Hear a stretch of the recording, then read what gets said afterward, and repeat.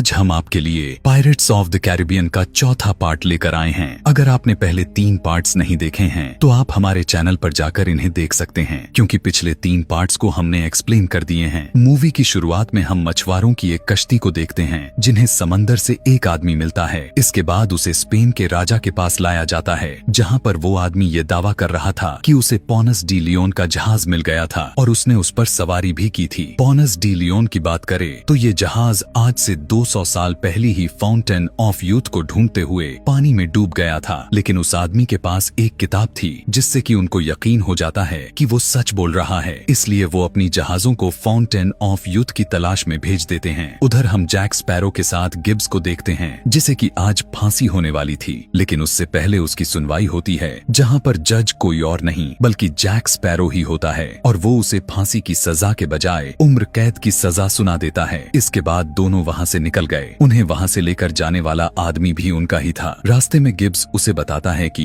एक बहरूपिया Jack sparrow सफर पर जाने के लिए लोग ढूंढ रहा है। फिर जैक स्पैरो गिब्स को ये भी बताता है कि वो फाउंटेन ऑफ यूथ को ढूंढने के लिए जा रहा है। थोड़ा आगे जाने के बाद वो रुक जाते हैं। जैसे ही वो दोनों नीचे उतरे, लंदन के सिपाही उनका इंतजार कर रहे थे। वो सीधा जैक स्पैरो को वहाँ से इंग्लैंड के राजा के पास ले जाते हैं। दरअसल इंग्लैंड के राजा ने जैक स्पैरो को इसलिए बुलाया है ताकि वो फाउंटेन ऑफ यूथ को ढूंढना चाहता था, क्योंकि उसे पता चल गया था कि स्पेन के राजा ने भी उसे ढूंढने के लिए जहाज भेज दी है और इंग्लैंड का राजा स्पेन के वहाँ पर पहुँचने से पहले उस जगह को ढूंढना चाहता है। ये सुनकर जैक स्पैरो कहता है कि इसके लिए मुझे एक जहाज और कुछ लोग चाहिए। ये सुनकर राजा कहता है कि तुम्हें कप्तान भी चाहिए और वो बरबोसा को वहाँ पर बुला लेता है। बरबोसा के आते ही जैक स्पैरो उससे पूछता है कि आखिर ब्लैक पर्ल जहाज कहाँ पर है। बरबोसा बताता है कि वो तो एक हमले के दौरान डूब गई जिसमें मेरा एक पैर भी चला गया। ये सुनकर जैक स्पैरो को बहुत ही गुस्सा आ जाता है। अब क्योंकि जैक स्पैरो बरबोसा के साथ नहीं जाना चाहता था, इसलिए वो वहाँ से भाग गया। उसे पकड़ने के लिए कुछ सिपाही भी उसका पीछा करने लगते हैं, लेकिन वो सबको चकमा दे देता है। लेकिन तभी पीछे से एक सिपाही आकर उस पर गोली चलाने ही वाला था कि तभी किसी ने उस सिपाही को शूट कर दिया। दरअसल वो कोई और नहीं बल्कि जैक स्पैरो का बाप था। वो जैक स्पैरो से पूछता है कि क्या तुम फाउंटेन ऑफ यूथ जा रहे हो, क्योंकि लंदन में एक अफवाह उड़ रही है। जैक स्पैरो कहता है कि हाँ, मैं जा तो रहा हूँ, लेकिन कोई यहाँ पर मेरा बहरूपिया है, वो भी वहीं पर जाना चाहता है। तभी जैक स्पैरो के डैड उसे बताते हैं कि वहाँ पर जाकर तुम्हें एक रस्म पूरी करनी होगी, जिसके लिए तुम्हें 2 चांदी के प्याले चाहिए। इसके बाद वो वहाँ से गायब हो जाता है। तभी वहाँ पर जैक स्पैरो को अपना बहरूपिया भी मिल गया, जो कि जहाज के लिए लोग इकट्ठा कर रहा था। जैक और उसमें लड़ाई हो जाती है। वो तलवार चलाने में बहुत ही ज्यादा अच्छा था, इसलिए जैक समझ जाता है कि ये कोई और नहीं बल्कि उसकी एक्स गर्लफ्रेंड एंजेलिका है। तभी वहाँ पर कुछ सिपाही भी आ जाते हैं, लेकिन जैक और एंजेलिका एक हैंडल को दबाकर वहाँ से पानी में गिर गए और सीधा शहर की दूसरी तरफ निकलते हैं। जैक स्पैरो उससे पूछता है कि क्या तुम्हें उस फाउंटेन ऑफ यूथ की रस्म के बारे में कुछ पता है, जिस पर एंजेलिका बताती है कि उसके लिए हमें एक जलपरी भी चाहिए। इसके बाद पीछे से आकर एंजेलिका का आदमी जैक स्पैरो को बेहोश कर देता है। उधर हम गिब्स को देखते हैं, जिसको बरबोसा के पास लाया जाता है। बरबोसा उससे जैक स्पैरो के बारे में पूछता है और उसे धमकी देता है कि अगर तुमने मुझे जैक स्पैरो के बारे में नहीं बताया तो तुम कल का सूरज नहीं देख पाओगे। ये सुनकर गिब्स उसे फाउंटेन ऑफ यूथ जाने का नक्शा दिखाता है, जो कि उसने जैक स्पैरो से चुरा लिया था। तभी वो उस नक्शे को उसके सामने ही जला देता है और कहता है कि ये नक्शा मेरे दिमाग में है, मुझे अपने साथ ले चलो, और उसकी जान बच जाती है। उधर जैक स्पैरो की जब आंख खुली तो वो खुद को एक जहाज में देखता है। तभी उसे पता चलता है कि वो तो ब्लैकबियर्ड जहाज में है। इसके बाद वो एंजेलिका से मिलता है, जहाँ पर उसे पता चलता है कि एंजेलिका ब्लैकबियर्ड की बेटी है और ब्लैकबियर्ड के लिए एक भविष्यवाणी हुई है कि वो 15 दिनों के अंदर किसी एक टांग वाले आदमी के हाथों मारा जाएगा। इसलिए वो भी फाउंटेन ऑफ यूथ को ढूंढने के लिए जा रहा है। दूसरी तरफ बरबोसा के जहाज में गिब्स उन्हें फाउंटेन ऑफ यूथ की तरफ लेकर जा रहा होता है कि तभी वो अपने सामने स्पेन के जहाजों को देखते हैं। बरबोसा ने अपने सभी लोगों को उन पर हमला करने के लिए तैयार कर लिया,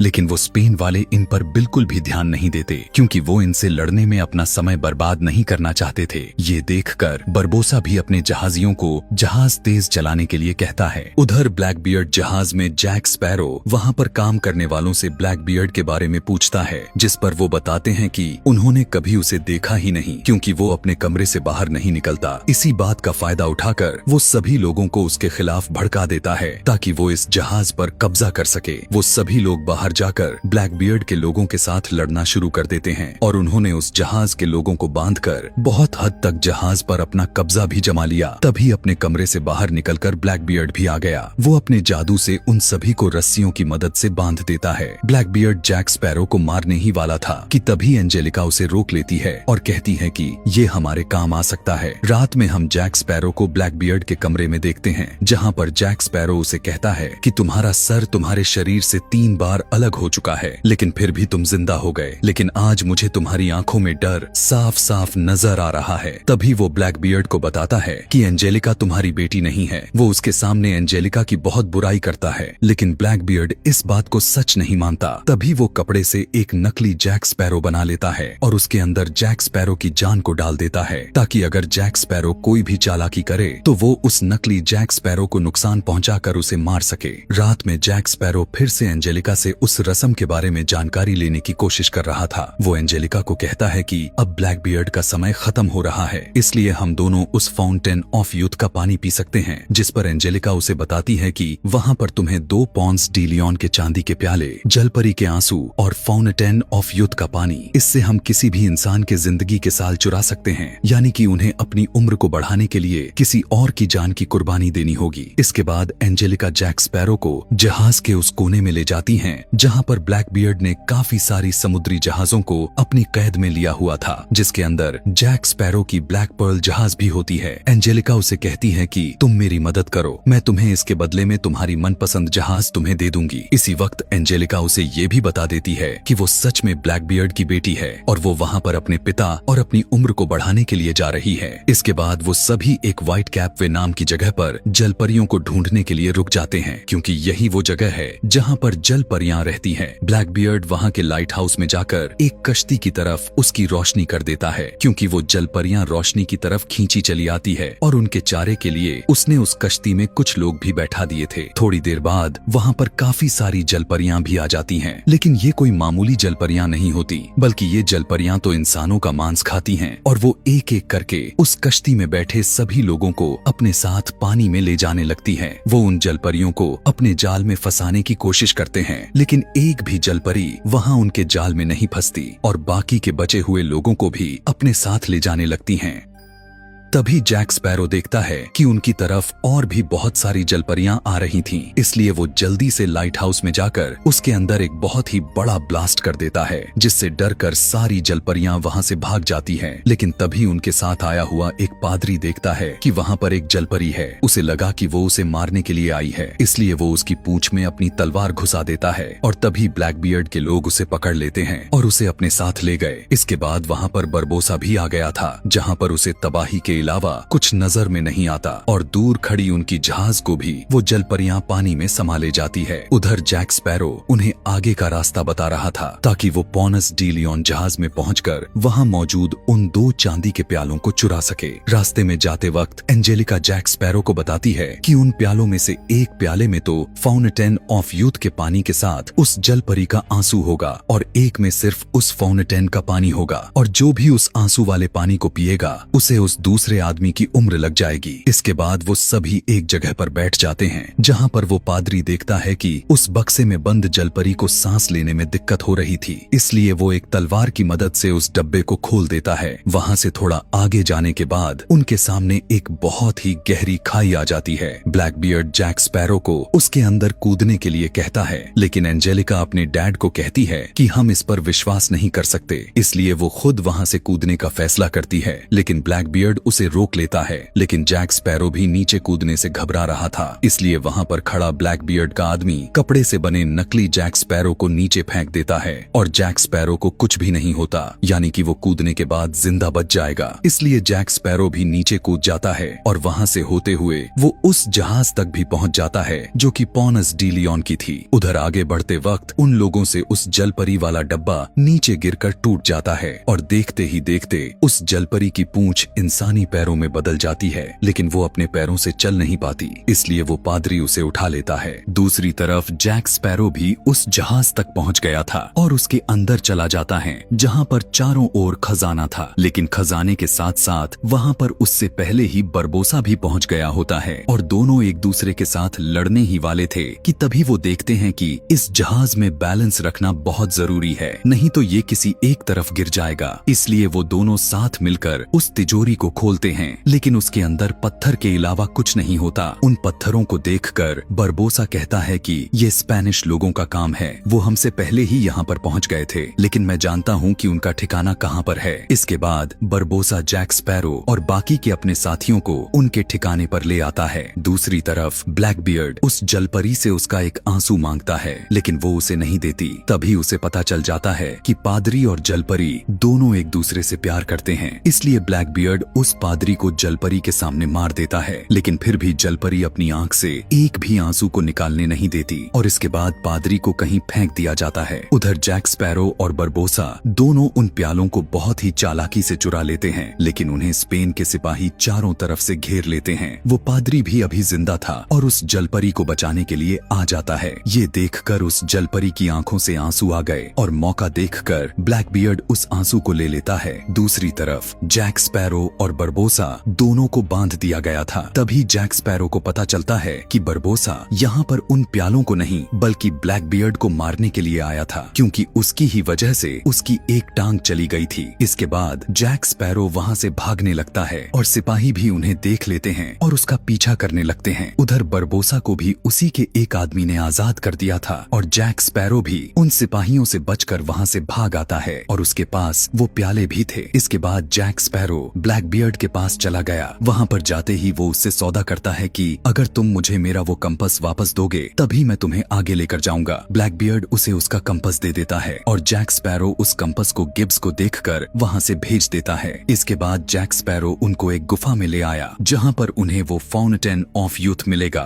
थोड़ी देर तक तो उन्हें वहाँ पर कुछ भी नहीं मिलता। ये देखकर ब्लैकबियर्ड को लगता है कि जैक स्पैरो उन्हें पागल बना रहा है, लेकिन जैसे ही जैक स्पैरो ने उन प्यालों पर लिखे कुछ नामों को पढ़ा, उसी वक्त उस गुफा की छत और जमीन पर पानी इकट्ठा होने लगता है और तभी एक परिंदा उस छत के अंदर चला गया। उसे देखकर जैक स्पैरो ने जैसे ही उस छत को अपनी तलवार से छुआ, वो भी ऊपर चला जाता है और वो जगह कुछ और नहीं बल्कि फाउंटेन ऑफ यूथ ही थी। उसके पीछे पीछे बाकी के लोग भी वहाँ पर आ जाते हैं। थोड़ी देर बाद वहाँ पर बरबोसा और उसके साथी भी आ गए और उन्हें कोई और नहीं बल्कि गिब्स ही जैक स्पैरो के उस कंपास की मदद से लाया था। बरबोसा अपने जानी दुश्मन ब्लैकबियर्ड को मारने के लिए अपनी तलवार निकाल लेता है और सभी एक दूसरे के साथ भीड़ जाते हैं। वो सभी लड़ ही रहे थे कि वहाँ पर तीसरी पार्टी स्पेन के सिपाही भी आ जाते हैं। उन्हें देखकर जैक अपने हाथ वाले प्याले को एंजेलिका को दे देता है और स्पेन के उन सिपाहियों का कप्तान एंजेलिका से उन प्यालों को लेकर दूर फेंक देता है और कहता है कि इंसान की उम्र सिर्फ भगवान की देन है, इससे हमें छेड़छाड़ नहीं करनी चाहिए। और इतना कहने के बाद वो अपने सिपाहियों को ऑर्डर देता है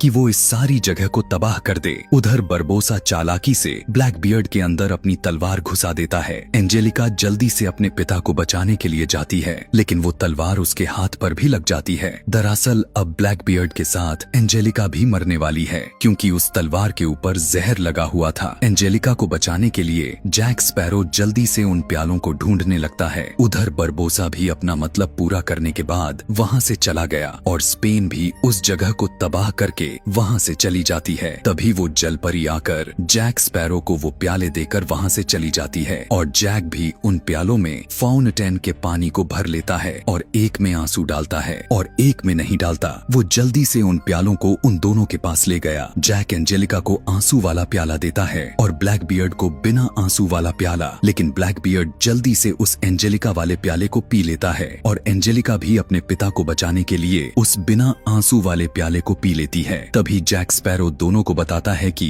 मुझसे गड़बड़ हो गई है। ब्लैकबियर्ड ने तो बिना आंसू वाला प्याला पी लिया है और एंजेलिका ने आंसू वाला, यानी कि अब ब्लैकबियर्ड मारा जाएगा। तभी वहाँ पर पानी ब्लैकबियर्ड को मार देता है। दूसरी तरफ वो जलपरी भी उस पादरी को अपने साथ पानी की गहराइयों में ले जाती है। वहाँ से जाने के बाद जैक स्पैरो एंजेलिका को एक टापू पर छोड़ देता है और दूसरी तरफ बरबोसा अब ब्लैकबियर्ड की जहाज का कप्तान बन गया है। इसके बाद जैक जैक स्पैरो अपने साथी गिब्स के पास जाता है, जो कि ब्लैकबियर्ड की जहाज से ब्लैक पर्ल और बाकी की बची जहाज भी ले आया था, लेकिन उन्हें ये नहीं पता था कि आखिर ब्लैक पर्ल को इस बोतल से बाहर कैसे निकालना है। इसी के साथ ये मूवी यहीं पर खत्म हो जाती है। इस कहानी के 5वें भाग को देखने के लिए कमेंट में पार्ट 5 लिखना ना भूलें। Thanks for watching.